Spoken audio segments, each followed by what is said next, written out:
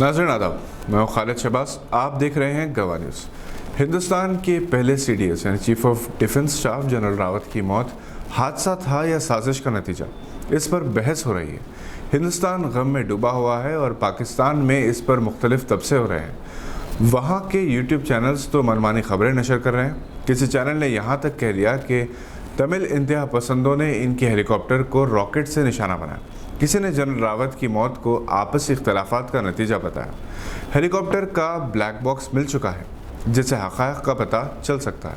Helicopter में सवार 14 में से 13 हलाक हो चुके हैं और जो वाहिद शख्स जिंदा बच गया वो ग्रुप कैप्टन वरुण सिंह है।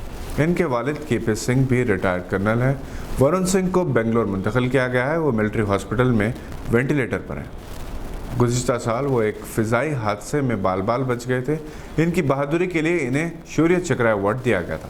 इनके वालिद KP सिंह को यकीन है कि इनका बेटा जो एक फ़ाइटर है मौत से लड़ाई में कामयाब हो जाएगा। अगर वो इस खौफनाक हादसे के सदमे से संभल कर कुछ कहने के मौक़ूफ़ में है तो इससे बहुत कुछ मालूम हो सकता है, मगर शायद ही ऐसा मुमकिन हो सके। रावत और इनकी अहलिया की आखिरी रसूमात कल अदा की जाएगी। इनके अलावा और जो अहदेदार हलाक हुए हैं इनके घरों में और इनके आबाई मकामात पर रंज गम का माहौल है। आंध्र प्रदेश के चित्तूर ज़िले का एक फ़ौजी भी हलाक हो गया जिसकी शिनाख्त चित्तूर ज़िले के कराबला मंडल के रहने वाले साई तेजा की हैसियत से हुई है, जो वजारत दिफा में लांस नायक के तौर पर खिदमात अंजाम दे रहे थे। साई तेजा CDS जनरल रावत की सिक्योरिटी टीम के रुकन भी थे। साई तेजा कल 8 दिसंबर को दोपहर एक हेलीकॉप्टर हादसे में बिपिन रावत के साथ हलाक हो गए। चित्तूर ज़िले के अवाम ने साई तेजा की मौत पर गहरे गम का इज़हार किया। साई तेजा ने 8 दिसंबर को सुबह 8:45 बजे वीडियो कॉल किया और अपनी बीवी, बेटे और बेटे से बात की। चंद घंटे बाद वो हेलीकॉप्टर के हादसे में हलाक हो गए। सऊदी अरब के क्राउन प्रिंस मोहम्मद बिन सलमान ने कतर का दौरा किया और दोनों ममालिक के दरमियान नए सिरे से ताल्लुकात को बहाल किया। याद रहे कि 2017 में सऊदी अरब, UAE और बहरीन ने कतर से अपने ताल्लुकात ख़त्म कर दिए थे। मोहम्मद बिन सलमान इन दिनों GCC ममालिक के दौरे पर हैं। ओमान और UAE का दौरा कर चुके हैं जहाँ इनका शान शान इस्तकबाल किया गया। UAE ने इन्हें अपने मुल्क का सबसे बावक़ार सिविलियन अवार्ड पेश किया। कतर के अमीर तमीम बिन हमाद असानी ने इनका इस्तकबाल किया। वो कुवैत का भी दौरा करने वाले हैं। खलीजी ममालिक के दरमियान आपसी ताल्लुकात को बेहतर बनाने के लिए मोहम्मद बिन सलमान ने अपनी कोशिशें शुरू की।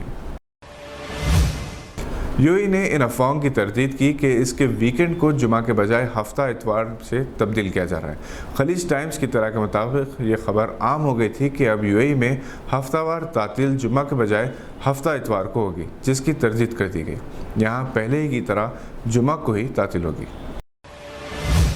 हिंदुस्तान के अजीम बैट्समैन विराट कोहली का वर्ल्ड कप 2023 में टीम की कप्तानी का ख्वाब बिखर गया। BCCI ने इनसे वनडे की कप्तानी छीन ली।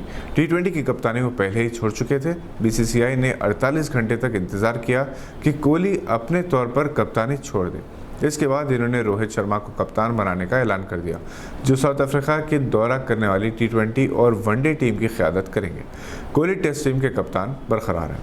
BCCI ने क्रिकेटर्स को इनके सालाना contracts categories A+, A, B और C में रिन्यूअल किए। हैदराबाद के मोहम्मद सिराज को पहली बार C ग्रेड में कॉन्ट्रैक्ट दिया गया, जिसके तहत इन्हें 1 करोड़ रुपए मिलेंगे।